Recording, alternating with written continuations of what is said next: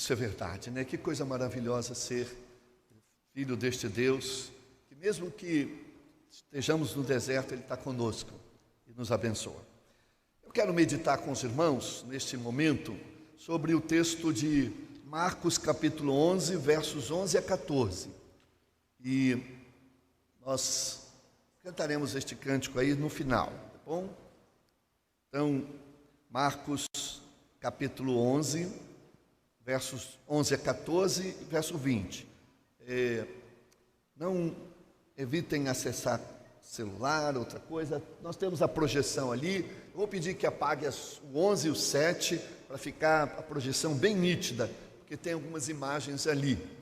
Nós estamos providenciando colocar em sulfilme ainda neste mês, se Deus quiser, vamos colocar para escurecer um pouco a entrada de luz externa, para que a gente possa ter projeções mais nítidas. Quero falar com os irmãos sobre o tema, os pecados da figueira. Já meditei nesse texto alguns anos atrás e Deus me falou para que algumas outras coisas interessantes que eu desejo falar com os irmãos. Então, o texto bíblico, Marcos 11, de 11 a 14 e o verso 20. Vamos então. Jesus entrou em Jerusalém e dirigiu-se ao templo. Observou tudo à sua volta. Como já era tarde, foi para Betânia com os 12, com seus discípulos. No dia seguinte, quando estavam saindo de Betânia, Jesus teve fome. Vendo à distância uma figueira com folhas, foi ver se encontraria nela algum fruto. Aproximando-se dela, nada encontrou, a não ser folhas. Mas vejam a observação de Marcos, porque não era tempo de figos. Então lhe disse: ninguém mais coma seu fruto. E os seus discípulos ouviram-no dizer isto. E o verso 20 vai dizer: de manhã, ao passarem, viram a figueira seca desde as raízes. Viram a figueira seca desde as raízes. Meus irmãos, este texto bíblico é muito intrigante e até difícil de interpretar. Mas se a gente conhece o coração de Jesus, a gente encontra, e o poder de Jesus, a gente vai encontrando caminhos para entender isto. De uma figueira que não deu frutos e que, quando Jesus foi procurar, e ela não podia dar frutos mesmo, porque ela não era tempo de figos. Mas o que isto nos traz? Na verdade, nós temos aqui 3 problemas. O primeiro problema é o problema da onisciência de Jesus. Será que ele não sabia que não era tempo de figos? Normalmente, as figueiras davam os primeiros frutos em fevereiro e março, depois vinham as folhas, e aí, agosto e setembro, já com as folhas, chegavam os frutos, o figo. E as folhas, de uma certa forma, protegiam ali o figo. Então, depois que o fruto era tirado, depois do fruto nascer, então as folhas iam caíam, e a figueira passava boa parte do tempo sem folhas, claro, porque não tinha frutos. Mas Jesus não sabia disso. Outra coisa, aquela figueira foi amaldiçoada porque não deu frutos a Jesus. E aí alguns poderiam dizer, ele tentou fazer, ele fez um milagre, porque amaldiçoou aquela figueira, porque ela não lhe deu fruto, porque ela não lhe beneficiou. Então usou o seu poder em benefício próprio. Um outro problema talvez seja um problema ecológico, né? Era uma figueira que estava no caminho de Jerusalém. E Não sei se a prefeitura de Jerusalém não ia multá-lo por ter amaldiçoado aquela figueira, e sem tocá-la, apenas com a palavra, ela se secou, diz o verso 20, desde as raízes. Muito bem. Por que será então que Jesus se encasquetou com aquela figueira?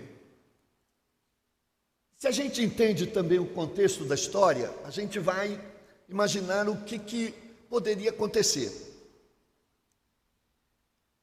Primeiro, diz o texto bíblico que ele, lá no verso 11, ele vai dizer: Jesus foi ao templo, e diz o texto que ele observou tudo.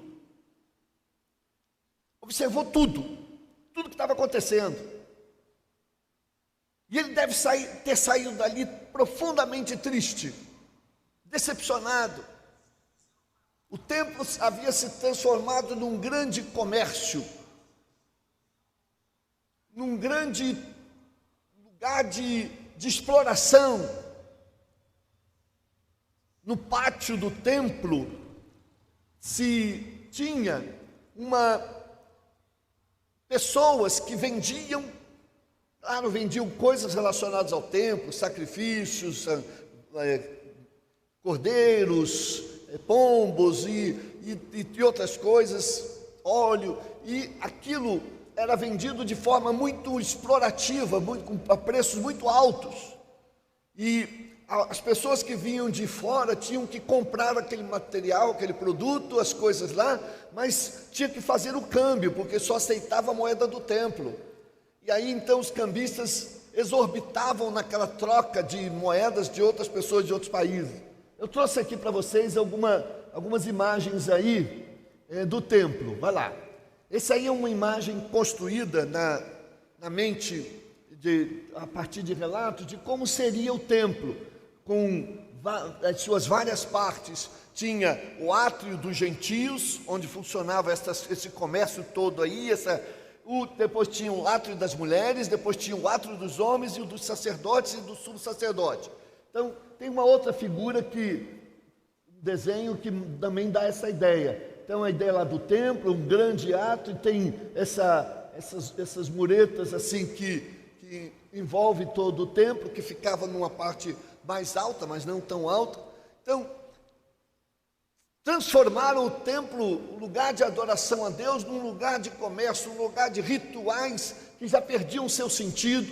Milhares de pessoas acorriam ali, eram toda uma estrutura, se calculava que tinha mais de 10.000 sacerdotes e levitas servindo ali. E eles se revezavam de dia e noite, uns voltavam. Por isso Jesus conta a parábola do sacerdote levita que desceu para Jerusalém. Eles tinham cumprido o turno deles, voltavam para Jericó para descansar. Então, era uma coisa assim, uma estrutura, uma instituição muito forte, que funcionava para rituais, funcionava para as coisas lá dos sacerdotes. E aquela espiritualidade, aquele sentimento de adoração a Deus não era uma coisa tão viva no coração deles. Então se transformou numa coisa burocrática. E Jesus disse: não é isto que Deus, meu Pai, pensou que deveria ser o seu templo ou os seus seguidores. Então Jesus saiu muito frustrado, decepcionado. Diz o texto que, como era tarde, ele já voltou então para Betânia. Ele tinha vindo de Betânia e voltou para dormir com seus discípulos, descansar em Betânia. Betânia ficava a mais ou menos uns 8 quilômetros de Jerusalém. E ele caminhou, se hospedou lá na casa, provavelmente na ampla casa de Marta e Maria e Lázaro, lá em Betânia ou em outro lugar, não sabemos ao certo.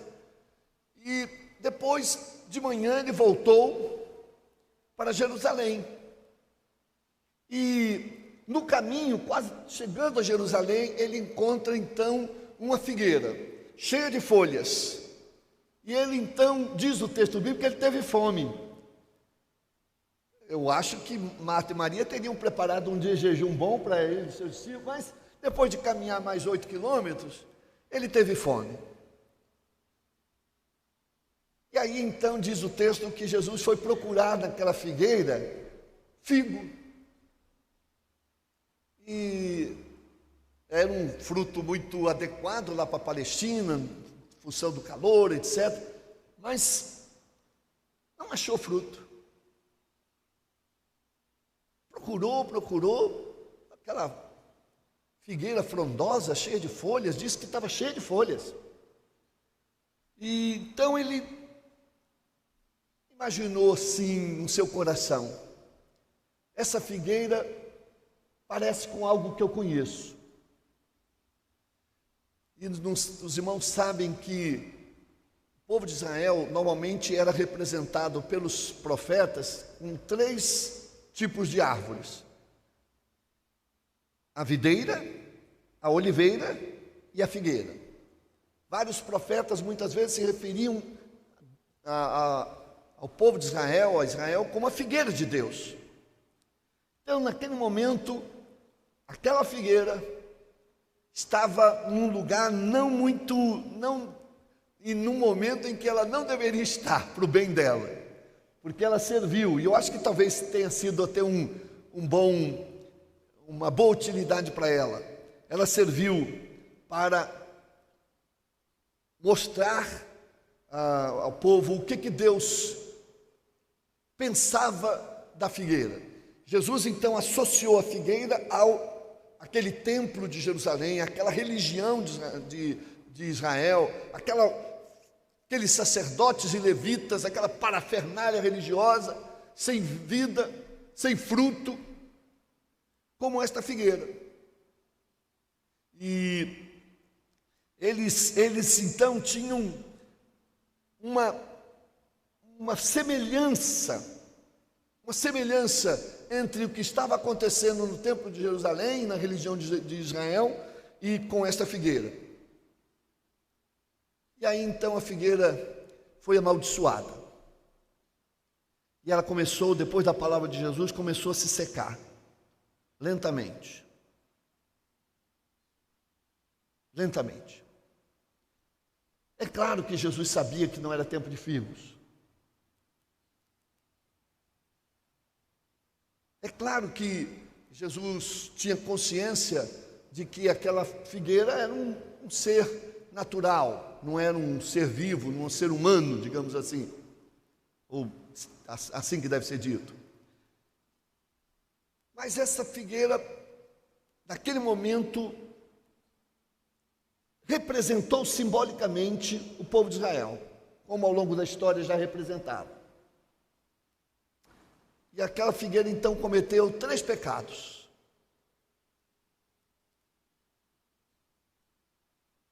Que a levaram a esta situação de secar-se até a raiz.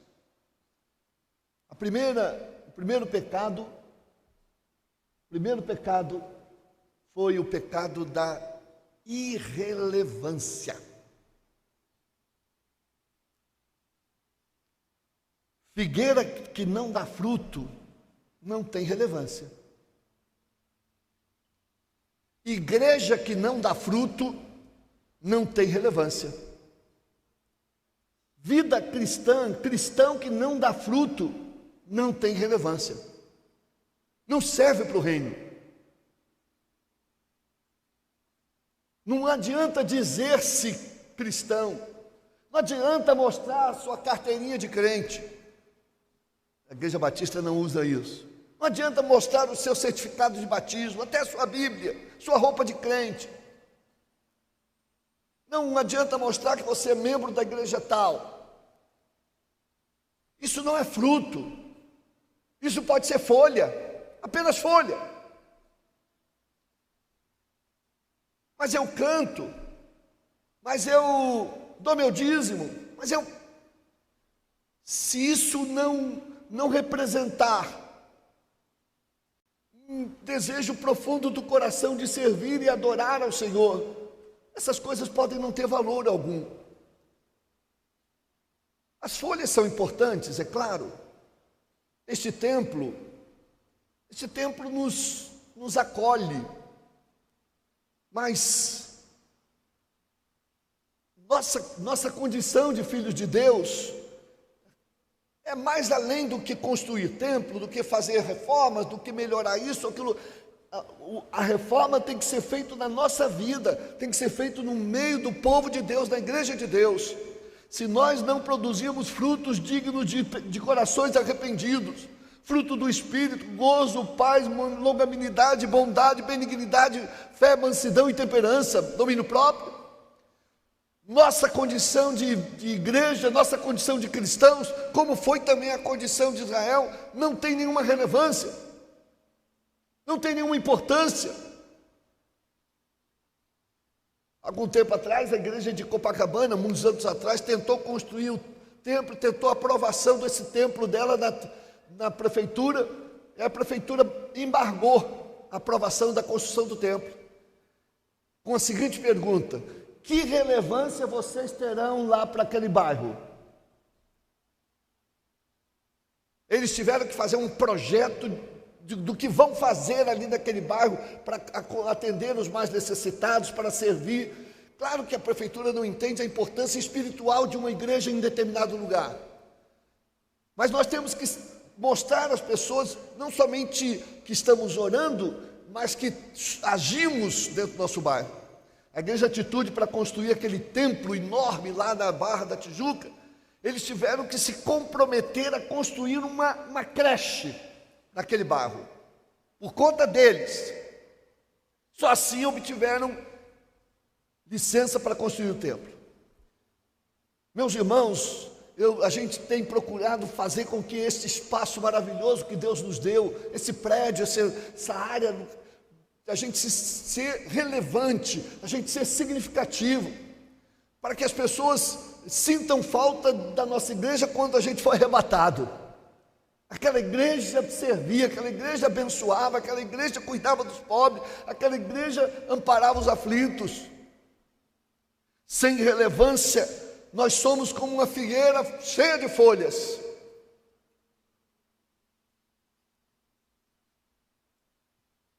Aquela figueira não cumpria a sua missão,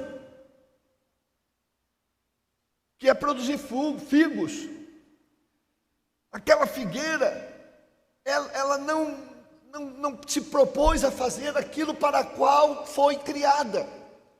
Se nós, irmãos, Igreja de Jesus Cristo, filhos de Deus, não executarmos, não fizermos a missão que Deus nos tem dado, nós vamos perder relevância significativa diante da sociedade e diante de Deus. E sabe o que acontece com uma igreja que não tem relevância? Seca. Seca. Sabe o que acontece com uma vida que é mais um cristão burocrata, um cristão que sem vida, sem entusiasmo, sem desejo de adorar, sem desejo de estar servindo ao Senhor, sem dar a sua contribuição, sem participar, se envolver? Cristão assim vai secando, secando, secando.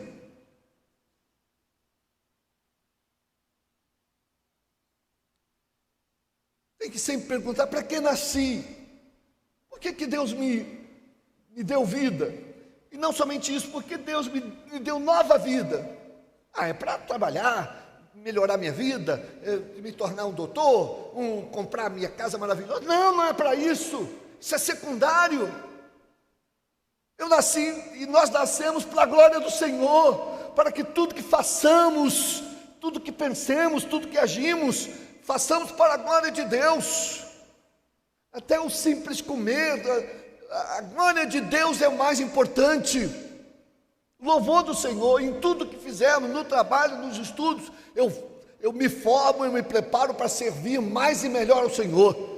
Eu quero ser um bom advogado, um bom médico, um bom isso, uma boa dona de casa, para a glória do Senhor, para que o nome do Senhor seja exaltado na minha vida. O segundo pecado que esta figueira cometeu, além da irrelevância, é o pecado da incoerência. Incoerência. Na verdade, ela estava cheia de folhas.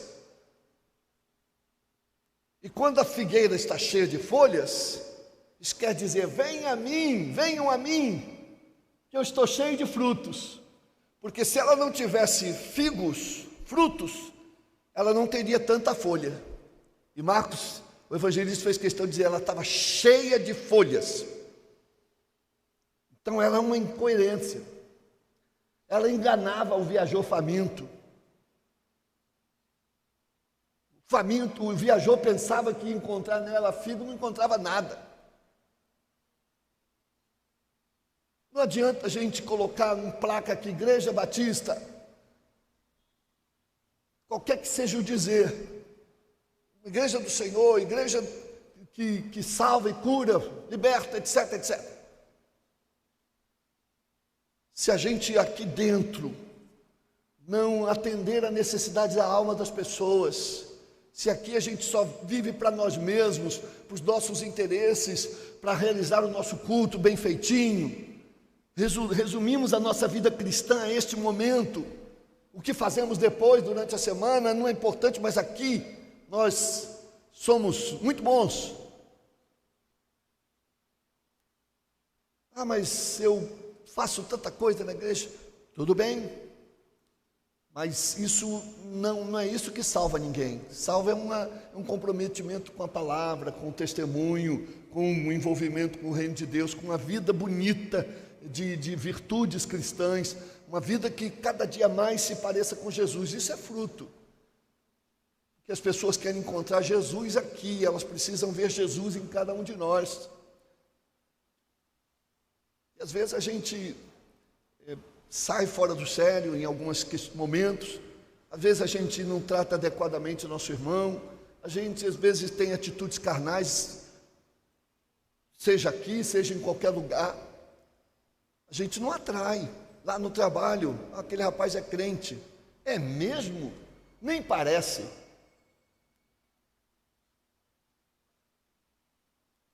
Não adianta ele mostrar a carteirinha, o certificado de batismo. As pessoas não estão interessadas nisso. As pessoas estão interessadas na vida, na coerência daquilo que prega e que canta com o seu viver diário. Não adianta botar um terninho de crente, qualquer coisa assim que pareça ser crente. Isso é folha. Até a Bíblia é folha.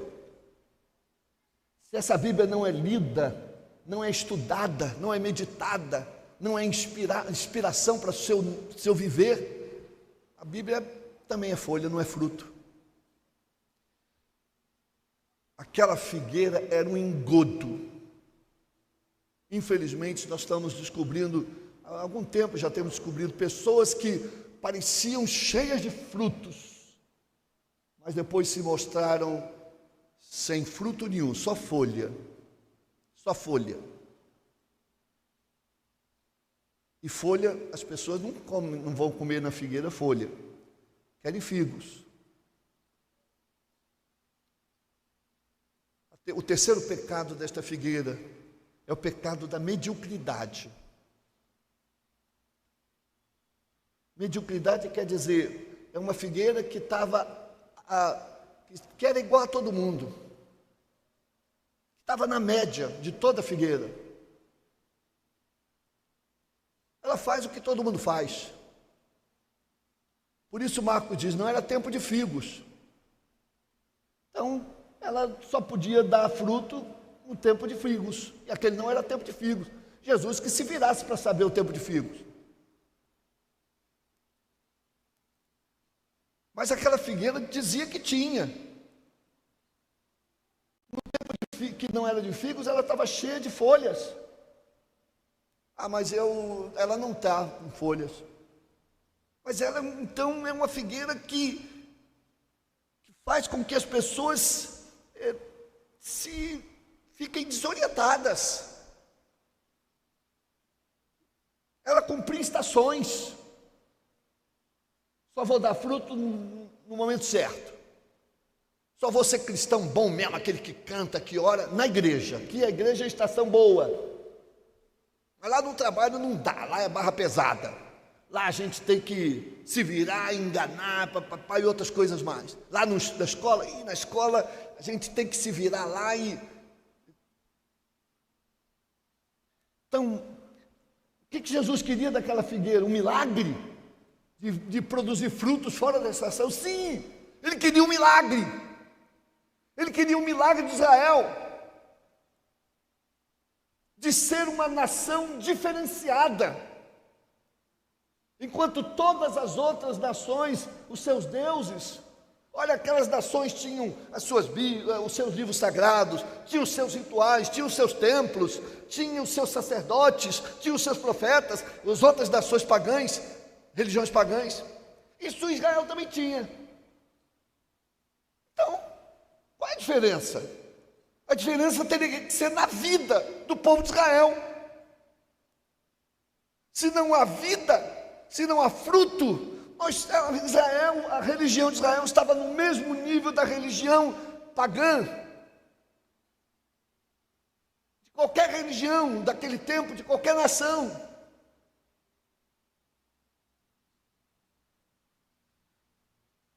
Então, meus irmãos, ser membro de uma igreja, ter um templo bonito como estes, isso outras religiões, outras seitas também têm. E às vezes mais bonitos ainda. Mas aqui dentro, meus irmãos, minhas irmãs, aqui dentro, entre nós, o nosso viver, tem que ser diferente. Nós temos que ser cristãos que vivem acima da mediocridade, acima da média. Às vezes nós estamos na média até do comportamento das pessoas.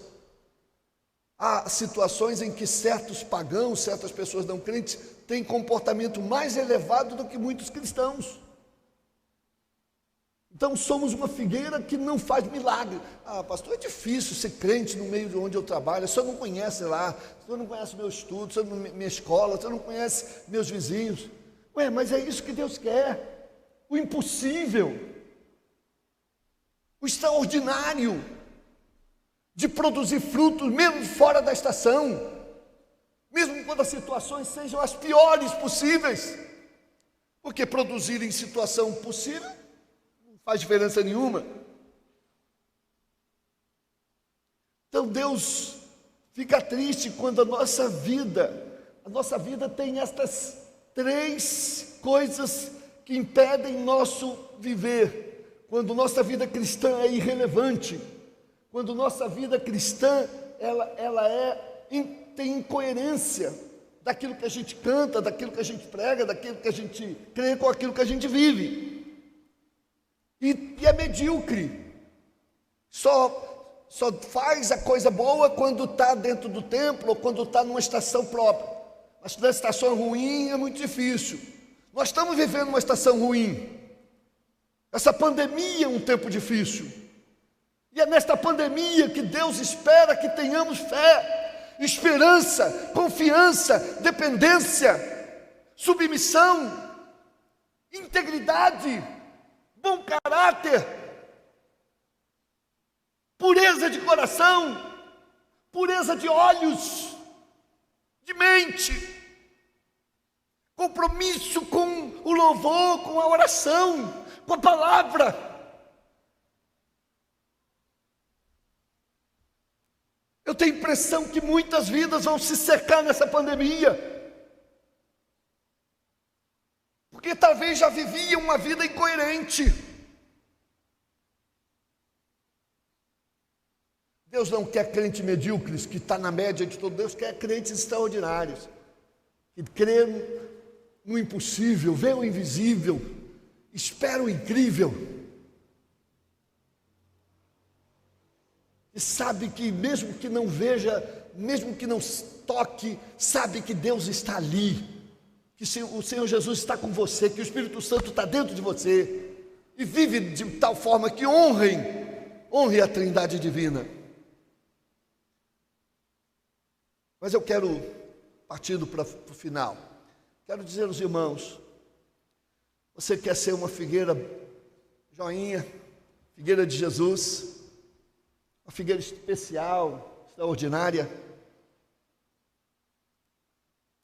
Em primeiro lugar, as figueiras de Jesus representam causas do reino. Aquela figueira, infelizmente, ela foi amaldiçoada porque representava Israel. Israel estava em declínio. Meu compromisso não é com nenhum deputado, nenhum governador, nem nada, nenhum presidente, nada. Meu compromisso é com Cristo. E eu luto pelas causas de Cristo, os valores de Cristo, os mandamentos do Senhor. Esse é meu compromisso. As figueiras de Jesus representam essas causas do reino. O apóstolo Paulo, em Romanos 4,17, vai dizer: mas o reino de Deus é justiça, paz e alegria no Espírito Santo. Eu quero ser um homem comprometido com a justiça, com a retidão, com o caráter de Cristo, promotor de paz, e que tenha alegria mesmo nos momentos difíceis, porque o Espírito Santo está com a gente. Nossa vida e nossa igreja precisa ser uma embaixada, embaixadores, representantes do céu aqui. Esse compromisso com o Senhor, frutificando em todo o tempo, em qualquer lugar. Uma vida que tem fé, esperança e amor em todo o tempo e lugar. Uma vida que tem folhas, sim, nós temos folhas, sim. Temos Bíblia, temos louvores, temos banda, temos um templo, mas isso tudo é folha. Mas são necessários. A folha protege o fruto, a folha ajuda o fruto a se desenvolver. Então, mas nós não só podemos apresentar isso. Senhor, eu estou aqui, olha, eu era membro de uma igreja bonita lá não quero nem saber. Isso é folha, eu quero saber como é que você estava vivendo como cristão. Meus irmãos, nós precisamos matar a fome do mundo. O mundo está cheio de enganadores, de gente que não pode trazer esperança, gente que ilude, gente que rouba, gente que mata. Nós, filhos de Deus, precisamos ser diferentes. Se o mundo está precisando de paz, esperança e amor, eles vão encontrar no meio do nosso povo, vão encontrar na minha vida como cristão. E se eles não encontrarem, eu não presto como uma árvore de Deus, como figueira do Senhor. Preciso encontrar em mim fé, esperança, amor. Deus espera que nós supramos também a sua própria fome. Há tão poucos cristãos no mundo. Ah não, pastor, são milhares. Será que são mesmo? Deus continua com fome de gente comprometida, de gente que leva a sério a sua vida cristã, seu testemunho. Meus irmãos, a gente precisa dizer com toda firmeza: sem Jesus na nossa vida, e aí eu quero ver isso. Em primeiro lugar, é tudo engano. É tudo engano. Se você não tem Jesus, a sua vida está desorientada. As pessoas que não têm Jesus estão tentando viver uma vida de felicidade, de paz, de alegria, que é tudo engano. Não há possibilidade de felicidade plena, salvação, sem Jesus na vida da gente. É tudo engano. E não se iluda com os enganos, com a felicidade dos outros, que é tudo engano. Tem Jesus? Eu já disse isso, eu fico preocupado quando meus irmãos dizem: meu filho se formou nisso, minha filha se formou naquilo, aí, mas ela tem Jesus? Então ela só está apresentando folhas, não fruto. Tudo é comum. Sem Jesus tudo é medíocre, mas com Jesus tudo é especial, tudo é diferenciado.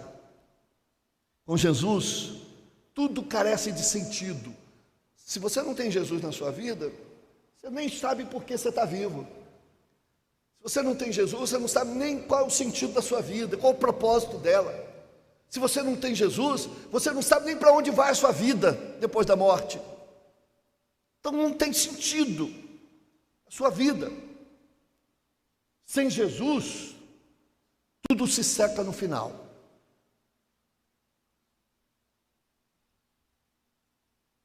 nada levaremos. Só resta então, meus irmãos, só resta lamentação. Sem Jesus só resta lamentação. Foi o que aconteceu. Esse texto bíblico, ele parece três coisas. Ele parece um milagre, e de fato foi um milagre. Jesus, com a palavra, a figueira secou. Também ele é uma parábola viva, encenada ali. Há muitas lições ali preciosas naquela. Jesus percebeu, agora eu vou contar uma parábola viva para os meus discípulos. E terceiro, aquele episódio ali foi uma profecia.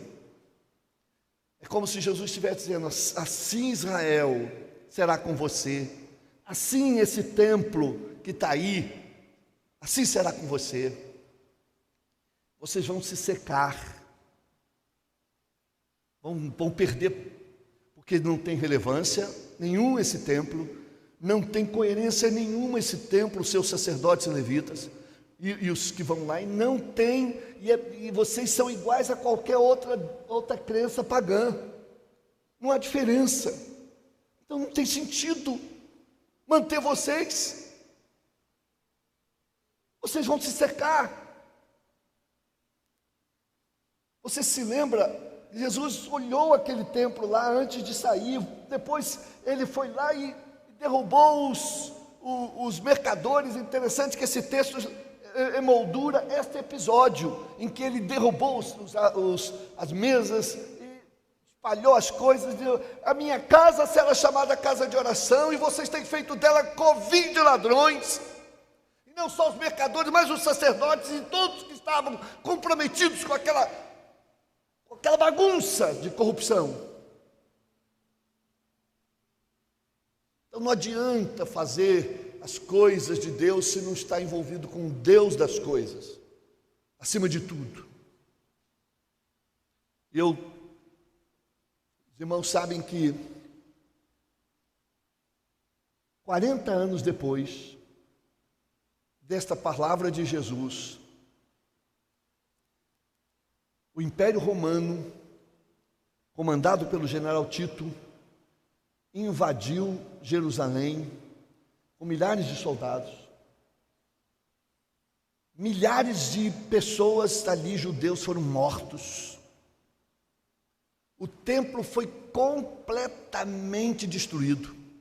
Fogo, com força para destruir os muros e toda aquela parafernália. Se a gente não tem valor, não tem significado, Deus deixa destruir. Deus deixa destruir. Sabe o que sobrou? Isso aí que sobrou. O que é isso aí? Muro das Lamentações. Muro das Lamentações. E o judeu vai lá e bate a cabeça lá. Coloca no meio lá dos tijolos um pedido de oração lá, um clamor.